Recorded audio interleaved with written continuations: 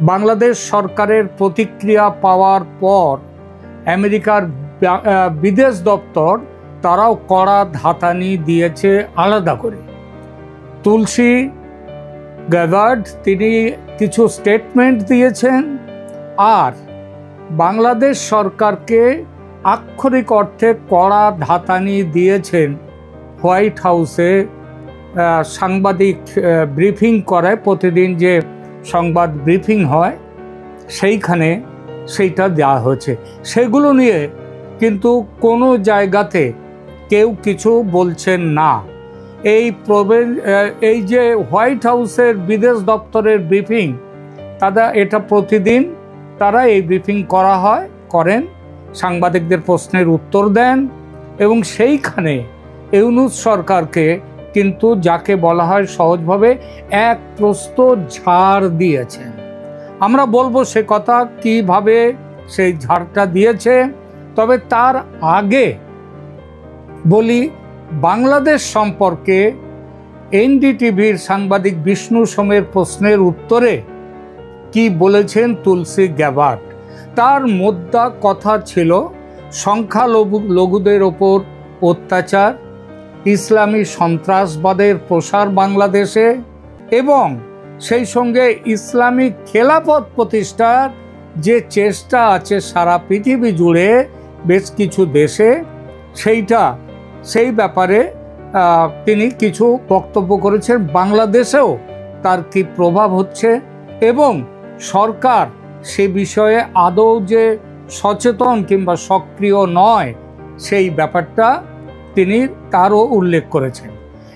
এবং সেই সাথে সাথে তিনি বলেছেন আমেরিকা বহুদিন ধরে যে সন্ত্রাসবাদকে, বহুদিন ধরে যে বাংলাদেশে যে সংখ্যালঘুদের ওপর অত্যাচার, সেইগুলো নিয়ে খুব চিন্তিত, কনসার্ন সেই ব্যাপার নিয়ে, এবং সন্ত্রাসবাদে কিভাবে মদত পাচ্ছে বাংলাদেশ। তার কথার ভেতর থেকে বেরিয়ে এসছে যে শেখ হাসিনার আমলে সংখ্যালঘুদের নিরাপত্তার একটা ব্যাপার ছিল, তারা সেটা কিছুটা রাখবার চেষ্টা করেছে, কিন্তু এই সরকারের আমলে সেই জিনিসটা নেই।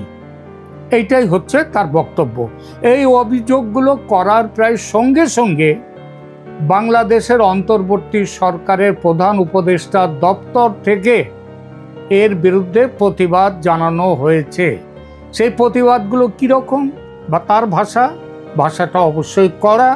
তিনি বলেছেন, তারা বাংলাদেশ সরকারের প্রেস সচিব সেখান থেকে তার যে স্টেটমেন্ট দিয়েছেন, বলা হয়েছে যে তুলসী গ্যাবার্ড যা বলেছেন সেগুলো সঠিক নয়, তার ভালো করে খবর নিয়ে বলা উচিত ছিল, প্রয়োজনে তিনি বাংলাদেশ সরকারের সঙ্গে কথা বলতে পারতেন, বাংলাদেশের অবস্থা যথেষ্ট ভালো, এবং তুলসী গ্যাবার্ড সেই ব্যাপারে ক্যালিফেট বা খিলাফত নিয়ে যে কথা বলা হয়েছে সেটাও অসত্য, এবং তার এইসব কথা বাংলাদেশের ভাবমূর্তি ক্ষুণ্ণ করেছে।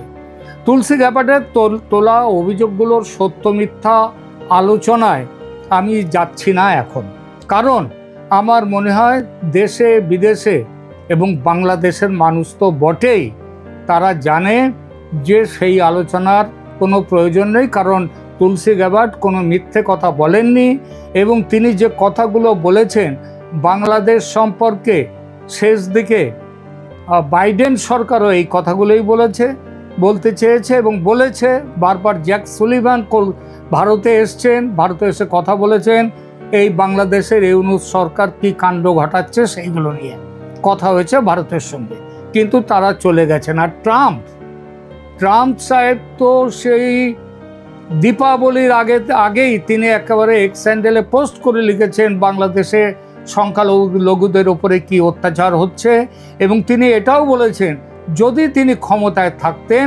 তাহলে এই জিনিসটা হতে পারত না, সেটাও তিনি বলেছেন। সুতরাং আমি সেটা নিয়ে এইসব তুলসী গ্যাবার্ড সত্যি বলেছেন না মিথ্যে বলেছেন আমি এই আলোচনায় যাব না, কারণ এই একটা আলোচনা করতে গেলে অন্য একটা সমস্যাও আসে। তুলসীর অভিযোগ সত্যি বললে আজ যারা ইউনূস সরকারের পক্ষে এইসব অপকর্মকে সমর্থন করেন তারা বলবেন আমাকে গালি দেবেন। আবার যদি বলি এইটা সত্যি নয়, তুলসী গ্যাবার্ড মিথ্যে বলেছেন, তাহলে উল্টো দিকের মানুষরা তারা গালি দেবেন, বলবেন আমি সরকারের টাকা খেয়েছি। সুতরাং এই বিষয়টা যেহেতু মানুষের তাদের নিজের নিজের বিচার বুদ্ধির ওপর ছেড়ে দিয়ে আমি শুধু বলতে যাব যে কেন আজকে আমেরিকায় এই যে ঘটনাগুলো ঘটছে তুলসী গ্যাবার্ডের কথা, এবং তারপরে যেভাবে আমেরিকা বাংলাদেশের যে রিয়াকশান এবং সেই রিয়াকশানের জবাবে আবার আমেরিকা কি পররাষ্ট্র দপ্তর কি বলেছে সেইগুলো নিয়ে আমি কথা, তার যে প্রতিক্রিয়া সেগুলো নিয়ে কথা বলবো। একটা জিনিস একজন এর মধ্যে আপনাদের মনে প্রশ্ন উঠতে পারে যে বাংলাদেশের মেইন স্ট্রিম মিডিয়া তারা তো বাংলাদেশে সেটা পড়লে যে তাদের পাতা উল্টালে বাংলাদেশে যে বিরাট খারাপ অবস্থা এগুলো বোঝা যায় না, কারণ অনেক চেপে চুপে রেখে তারা খবর দেওয়া হচ্ছে এবং তার জন্য বাংলাদেশের মেইন স্ট্রিম মিডিয়াও এখন গালি খাচ্ছে বাংলাদেশের সাধারণ মানুষের থেকে, এবং তারা তাদের যে মেইন স্ট্রিম মিডিয়াতে বাংলাদেশের এবং ইউনূস সরকারের এমন একটা ছবি ফুটে উঠছে, অন্তত ফুটিয়ে তোলার চেষ্টা চলছে যে তাতে বলতে সেই কবির কথা, আহা এমন দেশটি কোথাও খুঁজে পাবে না কো তুমি, সব ভালো চলছে, দারুণ চলছে দেশে। নোবেলজয়ী মাস্টারমশাই তিনি এবার তার বিপ্লবী ছাত্রদেরও দু একজনকে হয়তো নোবেল দেওয়ার ব্যবস্থা করে দেবেন, বিপ্লবের নোবেল। যাই হোক, সুতরাং অভিযোগ পাল্টা অভিযোগের লাফড়ায় না পড়ে দেখব দুই তরফের এই যে এক কথায় হচ্ছে গালি চালাচালি বা অভিযোগের চালাচালি, এর পরিণাম কি হতে যাচ্ছে আমরা সেইগুলোই দেখব। তবে সেই আলোচনায় যাওয়ার আগে একটা কথা বলতে হয়, তুলসীর বক্তব্যের প্রতিক্রিয়ায় ইউনূস সরকারের কড়া মন্তব্যকে যারা বাংলাদেশের সাবালক হওয়ার ও চোখে চোখ রেখে কথা বলার হিম্মত বলে যারা প্রচার করছেন বা গলা ফাটাচ্ছেন, তাদের বলি একটু সামলে যাবেন ভাই। তলোয়ার হাতে নিয়ে কোন দিকে ও কার দিকে তলোয়ার চালাচ্ছে সেটা না দেখে না বুঝে যারা তলোয়ার চালায় তারা হয় অবোধ অপগণ্ড শিশু, নয় ধেড়ে পাগল। বাংলাদেশের কিছু উগ্র আওয়ামী লীগ বিরোধী ও ভারত বিরোধী পাগল কিংবা বোধবুদ্ধিহীন শিশু তাদের রাজনীতিক বিশ্লেষকের ভূমিকায় এসে বিভিন্ন মন্তব্য করছেন এবং আমরা সেগুলো দেখছি ইউটিউবের সৌজন্যে। তারা তুলসী গ্যাবার্ডের হিন্দু হওয়াটাকে এবং মোদী সরকারের যে হিন্দু পরিচয়ের সঙ্গে জুড়ে দিয়ে এক ফর্মুলা তৈরি করেছেন যে এমনটাই নাকি তুলসী গ্যাবার্ডের কাছ থেকে প্রাপ্য ছিল, এবং শেষমেশ তারা এই সিদ্ধান্তে পৌঁছে গেছেন যে বাংলাদেশ ঠিকই আছে। বাংলা সরকারের কড়া মন্তব্যের একটা প্রতিক্রিয়া তুলসী নয়, স্বয়ং হোয়াইট হাউসের বিদেশ দপ্তর দিয়েছে, সে কথা প্রথমেই বলেছি। এই প্রতিক্রিয়াটি যে কোথাও এখানে নজরে পড়ছে না সেটাও বলেছে। সেখানে হোয়াইট হাউস বলেছে তাদের ডিরেক্টর অফ ন্যাশনাল ইন্টেলিজেন্স যা বলেছেন সেটা সে দেশের সরকারেরও বক্তব্য। যদি বাংলাদেশের সরকারের কিছু অন্য বক্তব্য থাকলে কিংবা থাকতো যদি অন্য মন্তব্য, তাহলে অফিসিয়ালি সেটা জানাতে পারত আমেরিকাকে, আমেরিকার পররাষ্ট্র দপ্তরকে, কিংবা এই বিষয়ে তাদের বক্তব্য জানাতে একটা বৈঠকে বসার অনুরোধও জানাতে পারত, কিন্তু সেটা তারা করেনি। বরং এমনভাবে প্রতিক্রিয়া দিয়েছে এবং সম্পূর্ণভাবে যেভাবে সব কিছু অস্বীকার করেছে, প্রমাণ করতে চেয়েছে বাংলাদেশের সব কিছু সব ঠিক আছে, তার একটাই অর্থ তুলসী গ্যাবার্ড মিথ্যে কথা বলেছেন। এবং শুধু তুলসী নয়, মিথ্যাবাদী স্বয়ং ডোনাল্ড ট্রাম্পও, কারণ ওই একই অভিযোগ ট্রাম্প সাহেবও করেছেন কয়েক মাস আগে। আপনাদের নিশ্চয়ই মনে আছে যে যখন নির্বাচনী প্রচার চলাকালীন গত দিওয়ালির আগে দীপাবলির শুভেচ্ছা জানাতে ট্রাম্প সাহেব এক্স হ্যান্ডেলে পোস্ট করে বাংলাদেশের সংখ্যালঘুদের ওপর অত্যাচারের কথা সেটা উল্লেখ করেছিলেন এবং বলেছিলেন তিনি ক্ষমতায় থাকলে এই জিনিসটা হতো না। সুতরাং হোয়াইট হাউসে প্রেস ব্রিফিং এর একটি ভাষ্য আমি কমেন্ট সেকশনে দিলাম, উৎসাহীরা দেখতে পারেন পুরোপুরি, কারণ অনেকটা বড় ভাষ্য তো সেটা এখানে দেয়া যায় না, জায়গাটা নেই। সুতরাং সেটা যারা উৎসাহী তারা দেখতে পারেন। এই ভাষ্যটি সেখানে দিয়েছেন বাংলাদেশেরই এক আমেরিকা প্রবাসী সাংবাদিক। এবার বলি আমেরিকা এরপর কি করতে পারে ও কি করবে। আপনি আমরা না মানলেও সারা পৃথিবী মানে যে আমেরিকা হচ্ছে বিশ্ব মোড়ল, তার মেজাজ মর্জি ও স্বার্থ অনুযায়ী চলে এই পৃথিবী। দেশে দেশে যুদ্ধ বাধায় আমেরিকা, তার প্রমাণ নতুন করে দেওয়ার দরকার নেই। বহু বছর আগে ভিয়েতনামে দেখা গেছে, তারপর ইরাক সমেত আরবের বিভিন্ন দেশে দেখা গেছে। সম্প্রতি ইউক্রেনে রাশিয়ার সঙ্গে যে যুদ্ধ শুরু হয়েছে গত 3 বছর ধরে চলছে, সেটা আমেরিকার উস্কানি না থাকলে, আমেরিকার উস্কানি না পেলে ইউক্রেনের প্রেসিডেন্ট জেলেনস্কি তিনি এই লড়াইতে নামতেন না। আজকে দেখুন না, বাইডেন চলে গেছে, ট্রাম্প আবার অন্য ধাতের মানুষ, তার নীতি অন্য। সুতরাং আজকে ইউক্রেনের যুদ্ধ বন্ধ হবার মুখে। আজকে গাজার যুদ্ধ বন্ধ হয়েছে, যদিও আজ থেকে আবার নতুন করে সেখানে শুরু হয়েছে, কিন্তু একটা কথা তো একটা জায়গা অবধি তো গিয়েছিল। আবার দেখুন ইয়েমেনে হুতিদের বিরুদ্ধে আমেরিকা সেখানে তাদের আক্রমণ করেছে, বোমা ফেলেছে। তাহলে আমেরিকার মতে না চললে, আমেরিকার স্বার্থ বিরোধী হলে, তাহলে আমেরিকা যুদ্ধে ঝাঁপিয়ে পড়তে দেরি করে না।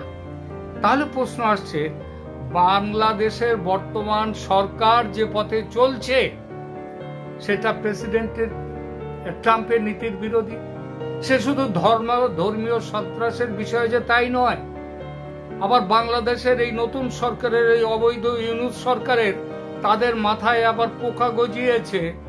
সেই পোকার পাখনা গজিয়েছে তার মাথায়, পোকার মাথায়, যে তিনি চীনের সাথে তিনি চীনে যাওয়ার কথা 26শে মার্চ। চীনে গিয়ে চীনের সাথে চীন, পাকিস্তান, বাংলাদেশ তারা মিলে একটা নতুন একটা কেন্দ্রীয় একটা শক্তি কেন্দ্র তৈরি করবে, পাল্লা দেবেন। পাল্লা দেওয়ার কথাটা কেন বলছি এই জন্য, আপনারা জানেন যে ট্রাম্প চীনের ডানা কাটার জন্য ট্রাম্প কতটা এগিয়ে যাচ্ছেন, ট্যারিফ বসানো থেকে শুরু করে নানাভাবে এগিয়ে যাচ্ছেন। আরো শুনুন, তিব্বতকে চীন থেকে বার করে নেওয়ার জন্য একটা বড় পরিকল্পনা ট্রাম্পের আছে। ট্রাম্প এবার সেটা যাবে সেই রাস্তায়। সুতরাং বাংলাদেশ যদি চীনের সাথে বেশি প্রেম দেখাতে যায় এবং দেখাতে যাচ্ছে, তাহলে দক্ষিণ এশিয়া এবং দক্ষিণ পূর্ব এশিয়ার শান্তি বিঘ্নিত করার রাস্তায় আছে। এবং শুধু শান্তি বিঘ্নিত করা নয়, এখানে ইসলামী সন্ত্রাসবাদকে বাড়াতে যাচ্ছে। খিলাফতি প্রতিষ্ঠার যে একটা কিছু পাগলামি যে কিছু মানুষের মাথায় আছে, সেটাও উনি বন্ধ করে দিতে চাইছেন, ট্রাম্প বন্ধ করে দেবেন। সুতরাং ট্রাম্প সাহেব কড়া হাতে এই বাংলাদেশের এই ইউনূস সরকারের যে মোকাবিলা করবেন সেটা নিশ্চিত। এই মোকাবিলা কিভাবে হবে? ইউএস এড থেকে সাহায্য বন্ধ হয়ে গেছে। এরপরে বাংলাদেশ একটা বড় পরিমাণ সামগ্রী, পোশাক সামগ্রী তারা আমেরিকাতে এক্সপোর্ট করে এবং সেখানে ট্যারিফে তাদের নো ট্যারিফ, প্রায় তাদের কোনো শুল্ক দিতে হয় না। এই দুটো বন্ধ করে দেবেন। ট্যারিফ নিয়ে তো শুরু করে দিয়েছেন ট্রাম্প সাহেব। আর এই দুটো বন্ধ করলেই এমনিতেই শিল্প বন্ধ হয়ে গেছে বাংলাদেশে, প্রায় বন্ধ হয়ে গেছে। সুতরাং ট্রাম্প সাহেবকে আলাদা করে কোনো ব্যবস্থা না নিলেও সেখান থেকে তারা গেল, বাংলাদেশ গেল। এর সঙ্গে ভারতের ভূমিকা যুক্ত হলে পাকিস্তানের চেয়ে আরো কয়েক ধাপ নিচে নেমে যাবে বাংলাদেশের অর্থনীতি এবং বাংলাদেশের মানুষের জীবনযাত্রা শেষ প্রায়। কিন্তু সেটা তো দীর্ঘমেয়াদী ব্যাপার, অনেক দিনের ব্যাপার। আপাতত কি করবে আমেরিকা? সৈন্য পাঠাবে? প্রশ্নই ওঠে না, কারণ মশা মারতে কামান দাগার কোনো প্রয়োজন হয় না। বাংলাদেশি বন্ধুরা কিছু মনে করবেন না, আপনাদের দেশ ভিয়েতনাম নয় কিংবা আফগানিস্তান নয় যে আমেরিকার সঙ্গে যুদ্ধ যাবে আবার যুদ্ধে জিতে যাবে, এটা ভাববেন না। আমেরিকাও যুদ্ধে যাবে না, শুধু ভারতকে বলবে সেই 13 তারিখের পুরনো কথা, 13 ফেব্রুয়ারির পুরনো কথাটা বলে দেবে, যা করার মোদি করবে। আমেরিকা এখন যেটা করবে সেটা একটা শুধু গ্রিন সিগন্যাল দেয়া, কাকে? ভারতকে, যাতে মোদি এগিয়ে যেতে পারে। তুলসী গ্যাবার্ড বলেছিলেন আমেরিকার প্রশাসন বাংলাদেশ সরকারের সঙ্গে কথা শুরু করেছে, বলেছিলেন সেদিনই। সেই কথাটা এবার হবে এক লাইনে, আর কোনো কথা নয়, ইউনুস ইউ মাস্ট গো। আর সেটা এই মুহূর্তে, কখনো দেরি করে নয়। পরের কাজটুকু করবেন জেনারেল ওয়াকারুজ্জামান, তার জন্য ভারতের সেনাপ্রধানের একটা ফোন যথেষ্ট, একটা ফোন কল, সেটাও ঘটতে বেশি সময় লাগবে না। তো তুলসী গ্যাবার্ডকে মিথ্যেবাদী বলার ইমিডিয়েট রেজাল্ট হবে এইটাই। এখানে একটা প্রশ্ন স্বাভাবিকভাবেই উঠতে পারে, সেটা হচ্ছে, আচ্ছা যদি এই শেষ মুহূর্তে বাংলাদেশ সরকার তারা আমেরিকার দিকে ভালোবাসার অলিভ ব্রাঞ্চ, মানে সবুজ সংকেত, তারাও যদি বলে যে আমরা আপনাদের সাথে কথা বলতে চাই, আসুন ভারত এই বাংলাদেশ এবং আমেরিকা আমরা একসাথে বসি, ডিসকাস করি, তারপরে আপনারা যা বলবেন আমরা মেনে নেব, যা করতে বলবেন। এটা সময় কিনবার জন্য এটা একটা পদ্ধতি হতেই পারে। সময় কিনবার জন্য অনেক সময় মনের কথাটা চেপে রেখে মুখে অন্য কথা বলে, কিংবা যদি গ্যারান্টি দিয়ে দেয় বাংলাদেশ সরকার এখন যে আমরা সন্ত্রাসবাদকে দমন করবার, উগ্রবাদকে দমন করবার জন্য আপনারা যা বলবেন আমরা তা মেনে চলবো। যদি বলে আপনারা মাইনরিটি যারা আছে তাদের সেফটি, তাদের নিরাপত্তার জন্য আপনারা যা করতে বলবেন, যা করা প্রয়োজন, এমনকি আপনারা যা বলবেন তা আমরা করব, তাহলে আমাদের অন্তত সুযোগ দিন।